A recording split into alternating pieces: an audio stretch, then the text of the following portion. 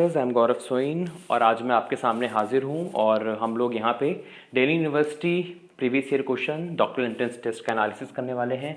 इस वीडियो में हम बहुत सारे जो हैं कॉन्सेप्ट्स भी नए पढ़ेंगे, साथ ही साथ आप अपना परफॉर्मेंस असेस कर सकते हो कि आप लोग को रिसर्च और स्टैटिस्टिक्स में कितनी नॉलेज है, कितनी इंप्रूवमेंट की ज़रूरत है with the help of this MCQs या प्रीवियस ईयर क्वेश्चन।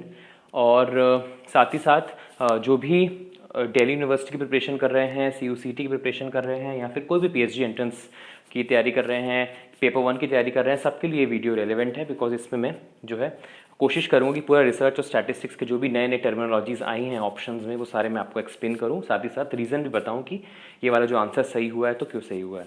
ठीक है। और अगर आप हमारे चैनल पे नए हैं तो जल्दी से इसको सब्सक्राइब कर लीजिए, जिससे जो भी इंपॉर्टेंट अपडेट हम देना चाहते हैं, आपकी नॉलेज को इंक्रीज़ करना चाहते हैं, आपकी प्रैक्टिस कराना चाहते हैं, उसके वीडियोस तुरंत आपको मिल जाए। बेल आइकन को भी हिट करिए साथ ही साथ में। और हमारा टेलीग्राम चैनल भी है जिसका लिंक आपको डिस्क्रिप्शन बॉक्स में दिया है, आप चाहो तो आप उसको भी ज्वाइन कर सकते हो, कोई क्वेरी हो वहाँ पूछ सकते हो। सक्सेस क्लासेस ऐप भी है हमारी, आप उसको भी डाउनलोड करके वीडियोज़ और PDFs देख सकते हो। चलिए आ जाते हैं इस क्वेश्चन पे। ये होमवर्क क्वेश्चन था प्रीवियस वीडियो की प्लेलिस्ट डिस्क्रिप्शन में दी हुई है। A method used to evaluate whether the observed effect is produced by the treatment और is a psychological is called, Hindi में भी लिखा हुआ है। इसका ऑप्शंस हैं John Henry effect, Hawthorne effect, placebo या इंटरैक्टिव इफेक्ट, है ना। ये जो है रिसर्च का बहुत ही इंपॉर्टेंट कॉन्सेप्ट है। ये सारी आपको चीज़ें पता चलेंगी। पहले आप इसको आंसर बताने की कोशिश करिए, फिर मैं आपको इसका करेक्ट आंसर बताता हूँ। बहुत लोगों ने इसका आंसर जो है हॉथरॉन इफेक्ट बोला हुआ है, पर हॉथरॉन इफेक्ट अलग होता है। इसका आंसर है प्लेसिबो। एक एक करके समझते हैं। सबसे पहले जॉन हेनरी इफेक्ट क्या होता है। जॉन हेनरी इफेक्ट एग्जाम्पल के थ्रू समझाइए सर, इजी तरीके से अपन समझ लेंगे। सपोज कोई ऑर्गेनाइजेशन है, बहुत बड़ी ऑर्गेनाइजेशन है, वो डाटा एंट्री का काम करती है। डाटा एंट्री आप लोगों ने भी सुना होगा ना, आपके पास डाटा होता है, फिर आपको उसको फीड करना होता है। ठीक है। 50 एम्प्लॉयज़ वहाँ काम कर रहे हैं, 50 एम्प्लॉयज़ आर वर्किंग देयर। उसमें से जो टॉप लेवल था उन्होंने 25 एम्प्लॉयज़ को अलग कर दिया और 25 एम्प्लॉयज़ को अलग कर दिया। जो 25 एम्प्लॉयज़ थे उनको प्रोवाइड किया कंप्यूटर या लैपटॉप्स, और बाकी 25 को बोला कि आप मैनुअली काम करो। मैनुअली मतलब रजिस्टर में एंट्री करो डाटा की। ठीक है। अब वहाँ पे क्या हुआ, एक तो एडवांटेज हो गया, इन 25 वालों को तो एडवांटेज में होगा ना यार, हमको तो आराम से कंप्यूटर, ऑब्वियसली ये जल्दी जल्दी काम हो जाएगा। पर जो आपका ऐसे लोग हैं जिनको मैनुअल वर्क दिया है, वो क्या समझेंगे कि क्या हम डिजर्व नहीं करते, वो अपने आप को डिसएडवांटेज्ड फील करेंगे, है ना। वो अपने आप को, उनके अंदर हीन भावना आ जाएगी, वो डिसएडवांटेजेस फील करेंगे, बल्कि ये क्या फील करेंगे अपने आप को, एडवांटेजेस, कि हमको तो बहुत अच्छा एडवांटेज मिल गया। अब ये क्या करेंगे, अब ये अड़ जाएंगे जिद पे कि अब ऐसा है चाहे कुछ भी हो जाए, ये तो फटाफट अपना जल्दी काम करके चले जाएंगे, कंप्यूटर से तो जल्दी काम हो जाएगा, खट खट खट खट। आपने किया, बहुत सारे ऐसी चीज़ें होती हैं जिसके कॉपी पेस्ट वगैरह करके आप जल्दी जल्दी काम कर सकते हो। तो ये क्या करेंगे, अपना टाइम जो है ये अच्छी तरीके से यूटिलाइज करेंगे और टाइम पे अपना काम करके चले जाएंगे। और ये जो है इनके अंदर अब आ जाएगी एक तरीके से जुनून आ जाएगा। वो जुनून कुछ ऐसा रहेगा कि अब चाहे कुछ भी हो जाए, चाहे ओवर टाइम ही क्यों ना करना पड़े, मैं अपना काम जो है वो करके ही जाऊँगा। अगर इसने सपोज 100 जो है एंट्री की है, किसी डाटाबेस में डाटा की एंट्री की है, तो मैं भी 100 करके ही जाऊंगा। अब ये क्या है, ये 4 बजे मस्त अपना बैग उठा करके चलते बने, और ये जो क्या कर रहे हैं 6 बजे तक लगे हुए हैं, तो ये रेडी हैं ओवर टाइम करने के लिए भी। तो जो इफेक्ट है, ये जो इनके ऊपर इफेक्ट पड़ा है, डिसएडवांटेज, जो पार्टिसिपेंट्स थे जिनके ऊपर ऐसा इफेक्ट पड़ा है कि वो बहुत ज़्यादा जुनून के अंदर आ गए कि हमें तो बस करना ही है, चाहे ओवर टाइम ही क्यों ना हो जाए, मैं भी इसके जैसे करके ही दिखाऊंगा, भले हमें कंप्यूटर नहीं मिला, लैपटॉप नहीं मिला तो क्या हुआ, मैं करके दिखाऊंगा। तो वो हो जाएंगे एक तरीके से। ये जो इफेक्ट इनके ऊपर पड़ रहा है ये होता है John Henry effect. Is it clear. तो ये बहुत अच्छे एग्जाम्पल से बताया मैंने, इसकी थ्योरी भी लिखी है, आप चाहो तो इसको भी पढ़ सकते हो। मेरा काम है इजी वे में समझाना, जो कि मैंने कोशिश की समझाने की, कि ये जो इफेक्ट इनके ऊपर आ रहा है कि मैं भी जो है अपने समय पे काम करके जाऊंगा, वो होता है जॉन हेनरी इफेक्ट। ठीक है।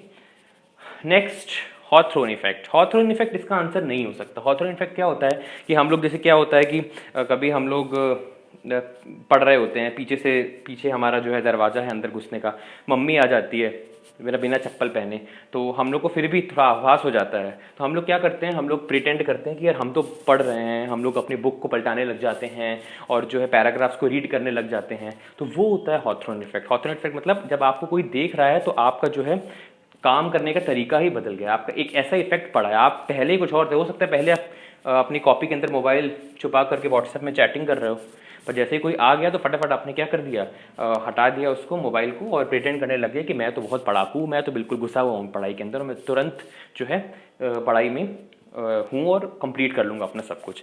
तो ये होता है वो जो इंसान के ऊपर जो इफेक्ट पड़ा है किसी के देखने का, जब किसी ने उसको देखा तो जो इफेक्ट पड़ा है उसके ऊपर, वो होता है हॉथरॉन effect.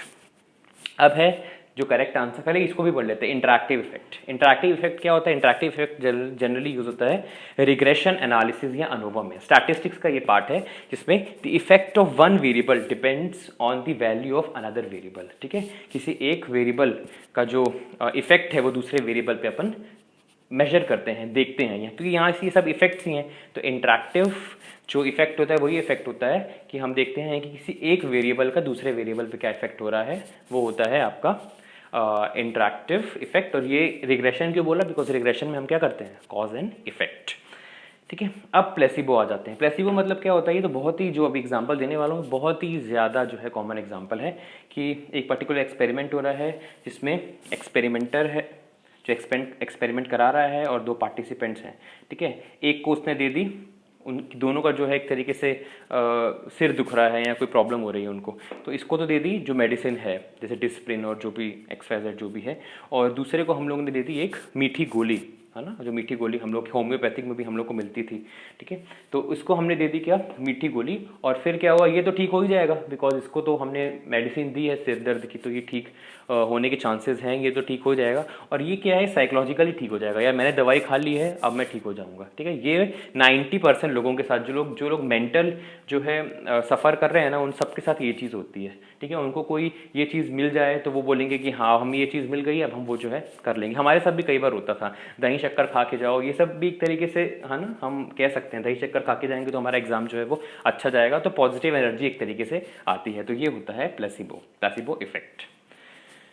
Find out which is not the law of learning. इसमें से कौन सा लॉ ऑफ लर्निंग नहीं है? लॉ ऑफ लर्निंग जो है वो एडवर्ड थॉर्नडाइक ने दिया था, ये टीचिंग एप्टीट्यूड में अपन पढ़ चुके हैं।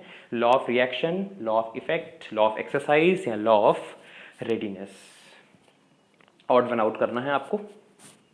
क्या हो सकता है इसका आंसर? इसका है ए, मतलब 1, लॉ ऑफ रिएक्शन। और ये जो बाकी तीनों हैं इन सबको पढ़ते हैं। लॉ ऑफ लर्निंग हमें सब कुछ पढ़ना है, कहाँ से क्वेश्चन, ये ऑप्शन से ही क्वेश्चन बन जाते हैं। ठीक है, लॉ ऑफ इफेक्ट किसने दिया था? एडवर्ड थॉर्नडाइक ने दिया था। इन्होंने 3 दिए हैं, है ना, मेन जिसे अपन कह सकते हैं। इसमें सबसे पहले अपन इफेक्ट को देख लेते हैं, बिकॉज लॉ ऑफ इफेक्ट के लिए जाने जाते हैं एडवर्ड थॉर्नडाइक। इसमें इसका मतलब ये है कि अगर हम किसी को कुछ मोटिवेशन देते हैं, है ना, तो ये एक इमोशनल रिएक्शन है। पहले तो अपने को ये पता होना चाहिए कि इमोशनल रिएक्शन है, जिसमें हम अगर किसी को मोटिवेशन देते हैं तो वो ऑटोमेटिकली जो है अच्छा काम करता है, बिकॉज वो पॉजिटिव जो है उसको प्लीजेंट फीलिंग आती है, वो सेटिस्फाइंग फीलिंग आती है। ठीक है, और learning is weakened when associated with an unpleasant feeling. आप किसी को मार रहे हो, आपने उसको, है ना, बहुत ज़्यादा कुछ कह दिया, डांट दिया, तो उसका क्या है कि उसको गुस्सा आ जाएगा ये चीज़ कि यार हर बार मुझे डांटते रहते हो, नहीं करना मुझे ये काम। ठीक है, तो लॉ ऑफ इफेक्ट मतलब ये होता है कि जब आप किसी को मोटिवेशन देते हो तो उसका डायरेक्ट रिलेशनशिप होता है आपकी जो है काम पे, कि आप उसको उतनी अच्छी तरीके से आप कर पाते हो, स्ट्रेंथन हो जाते हो, आप डेडिकेशन के साथ वो काम करते हो। पर वही अगर आप कोई अनप्लीजेंट फीलिंग कोई देता है तो उस केस में क्या होता है, अनप्लीजेंट फीलिंग अगर आप देते हो, नहीं जैसे बोलते हैं कि मार मार के जो बंदा ढीठ हो गया है, ये अपन कई बार वर्ड यूज़ करते हैं, तो वो यही होता है। अपन उसको मारते रहते हैं, वो बंदा जो है उसके अंदर जो है एक तरीके से अनप्लीजेंट फीलिंग इतनी ज़्यादा आ गई कि वो वीक हो गया, उसकी जो लर्निंग वीक हो चुकी है। अब नेक्स्ट है आपका, that is law of exercise. Law of exercise मतलब ये क्या होता है? इसका मतलब ये है कि practice makes a man perfect. Repeated, किसी काम को आप बार बार करते रहोगे तो वो ऑटोमेटिकली, तभी तो लॉ ऑफ लर्निंग अपन ने इसको बोला है। हम कोई चीज़ भूल जाते हैं, जनरली बेसिकली क्या होता है कि अपन कई फॉर्मूलेज भूल जाते हैं, कुछ पढ़ रहे होते हैं तो अपन इसको क्या करते हैं, लिखते हैं। कुछ लोग बोलते हैं कि लिखो साथ साथ में बोलो भी। तो वही चीज़ अगर रिपीट हो रही होती है तो ऑटोमेटिकली क्या होती है, हमारी जो लर्निंग है वो स्ट्रेंथन हो जाती है। ठीक है, प्रैक्टिस जो करने से हम लोग का जो है वो काम स्ट्रांग हो जाता है। ठीक है, तो ये होता है लॉ ऑफ एक्सरसाइज। एक्सरसाइज मतलब ये होता है कि प्रैक्टिस करो आप। और रेडीनेस मतलब ये होता है कि degree of concentration and eagerness. से कितनी भी कोशिश कर लो, अगर किसी का मन नहीं है पढ़ने का, तो बोलते हैं ना कि साक्षात भगवान भी आ जाएंगे तो भी वो नहीं पढ़ पाएगा बंदा, क्योंकि उसका मन ही नहीं ना। ईगरनेस होना बहुत ज़रूरी है। ठीक है, वो मेंटली, इमोशनली, फिजिकली प्रिपेयर होना चाहिए कि हाँ हमें पढ़ना है। अगर आप प्रिपेयर ही नहीं हो, आपका मन नहीं लग रहा है, तो फिर उसका बेटर है कि आप बंद करके वो काम करो जिसमें आपका मन कर रहा है, ठीक है, क्योंकि पढ़ तो पाओगे नहीं आप। तो ये होता है आपका लॉ ऑफ रेडीनेस, इसमें से ये लॉ ऑफ रिएक्शन कुछ नहीं होता, इसलिए अपन ने इसको बाय बाय कर दिया। इसकी मैंने और थ्योरी, मेरे को एक्चुअली में ये जो है बहुत अच्छा लगा तो मैंने इसको ले लिया। बाकी मैंने इससे पहले ये भी थ्योरी बनाई थी, तो ये भी आप पढ़ सकते हो अगर आप पढ़ना चाहो तो, ठीक है। External and internal criticism is done in historical research, experimental survey research या फिलोसॉफिकल रिसर्च। एक्सटर्नल और इंटरनल क्रिटिसिज्म किस में करते हैं हम? बहुत इंपॉर्टेंट चीज़ें हैं ये जो है, पेपर बहुत सारी चीज़ें अपने को पता चल रही हैं, ये बहुत नॉलेजेबल है ये सारी चीज़ें। ये हम यूज़ करते हैं हिस्टोरिकल में, इंटरनल और एक्सटर्नल रिसर्च। अब आप ये सोचिए, इसमें हिस्टोरिकल रिसर्च में हम क्या करते हैं, पास्ट डाटा का हम एक तरीके से उसके ऊपर रिसर्च करते हैं। क्या गारंटी है कि पास्ट डाटा जो जिसके ऊपर आप रिसर्च कर रहे हो वो सही है, वो जेन्युइन है, वो वैलिड है, वो रिलायबल है? क्या गारंटी है? कोई गारंटी है? आपको सबसे पहले ये चीज़ देखनी चाहिए ना कि वो चीज़ है कि नहीं। आप हम लोग सेकेंडरी डाटा, आपने अभी दिल्ली यूनिवर्सिटी का रिसर्च प्रपोजल भरा, आपने क्यों वहाँ पे सेकेंडरी डाटा के बारे में क्यों नहीं लिखा, प्राइमरी डाटा के बारे में क्यों लिखा है? Because primary data is much more authentic, it is related to your problem. Secondary data तो जो है इजीली मिल जाएगा। समझ में आ रहा है? तो ये जो आपको मैंने बताया एक्सटर्नल एंड इंटरनल क्रिटिसिज्म, इसके बारे में अपन समझे। तो एक्सटर्नल क्रिटिसिज्म जो होता है इसको लोअर क्रिटिसिज्म भी कहते हैं, और ये बताता है हमें, आप कह सकते हो जेन्युइननेस ऑफ द डॉक्यूमेंट, कितना जेन्युइन है। किसी ऑथर ने लिखा है, आपको कोई जो है इस दुनिया में जा चुका है, उसका जो है आपके पास कोई रेलिक्स आया या कुछ ना कुछ आपके पास उसका डाटा आया, मैन्युस्क्रिप्ट वगैरह आपको मिले। अब आपको ये नहीं देखना कि अरे इस ऑथर ने लिखा है, चलो ठीक है। आपको उस ऑथर का नाम जान करके ये नहीं आप मान लो कि चलो ये रिसर्च हमें करनी चाहिए, ये डाटा जो है एक तरीके से जेन्युइन है। हमें देखना चाहिए कि उसका पर्सनैलिटी क्या है, ठीक है। जेन्युइननेस देखनी चाहिए कि उसका जो है एक तरीके से इंटेंशन क्या था, एक तरीके से जेन्युइन हमको देखना है। तो जेन्युइन के लिए हम यूज़ करते हैं एक्सटर्नल क्रिटिसिज्म। एक्सटर्नल क्रिटिसिज्म मतलब जो ऑथर का सिर्फ नाम जानना ज़रूरी नहीं है, जिसने उसको, क्या कोई इंसान है जो बहुत ज़्यादा टैलेंटेड है, जो बहुत ही ज़्यादा डिग्री होल्ड करके बैठा हुआ है, अगर वो चीज़ को, वो इंसान कोई कुछ बोलेगा तो उसका जो है इफेक्ट ज़्यादा होगा ना, वही होता है एक्सटर्नल क्रिटिसिज्म। तो जेन्युइननेस कैसे पता चलेगी? जेन्युइननेस पता चलेगी ना सिर्फ हमको नाम जान करके कि ऑथर का नाम अपने को पता चल गया, बल्कि साथ ही साथ हमें उसका बैकग्राउंड भी जानना है, उसकी पर्सनैलिटी भी जाननी है, ताकि हमको पता चल सके कि ये जो जिसके ऊपर हम रिसर्च करने वाले हैं डाटा, क्या ये जेन्युइन है या नहीं है, ठीक है। सिर्फ नाम जान के you can not predict that ki I have to do this historical research. You have to find out the genuineness also, and along with that you have to understand the background of the author also, characteristics, personality, है ना, ये सब चीज़ें भी, attitude.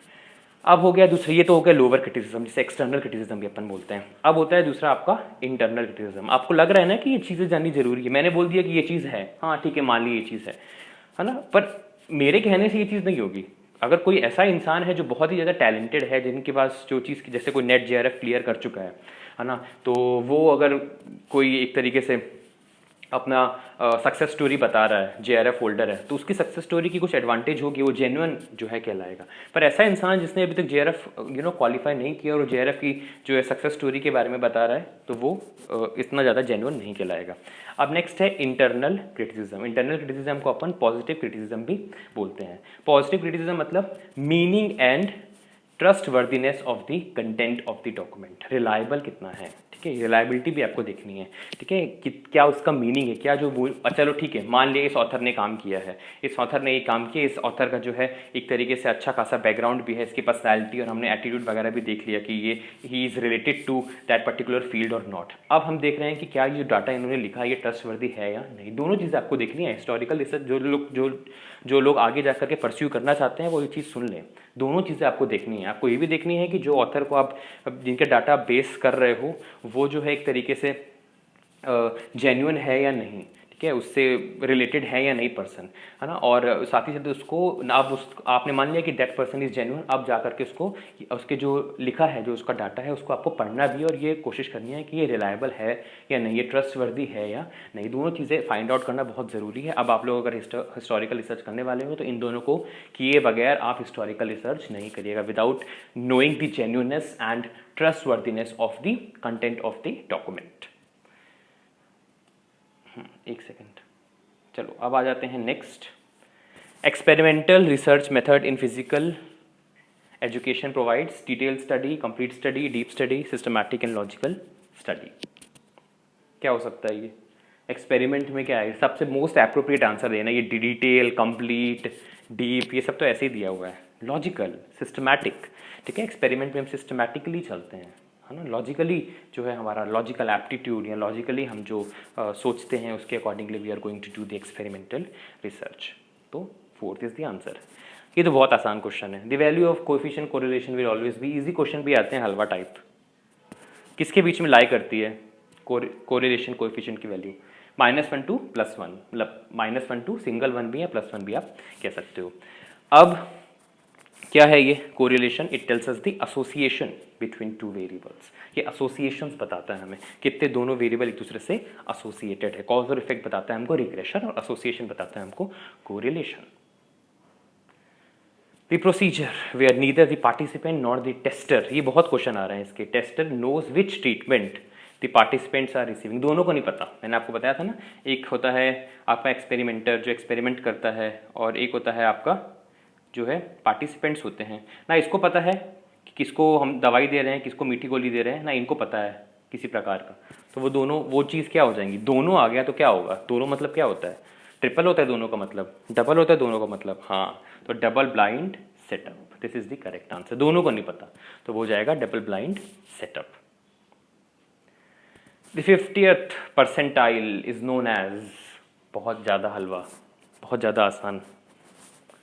50 क्या होता है? Percentile मतलब 100, बीच का, median, mid value, median, answer ही निकला है। मिड वैल्यू पहले बोलना था, फिर मीडियन बोलना था।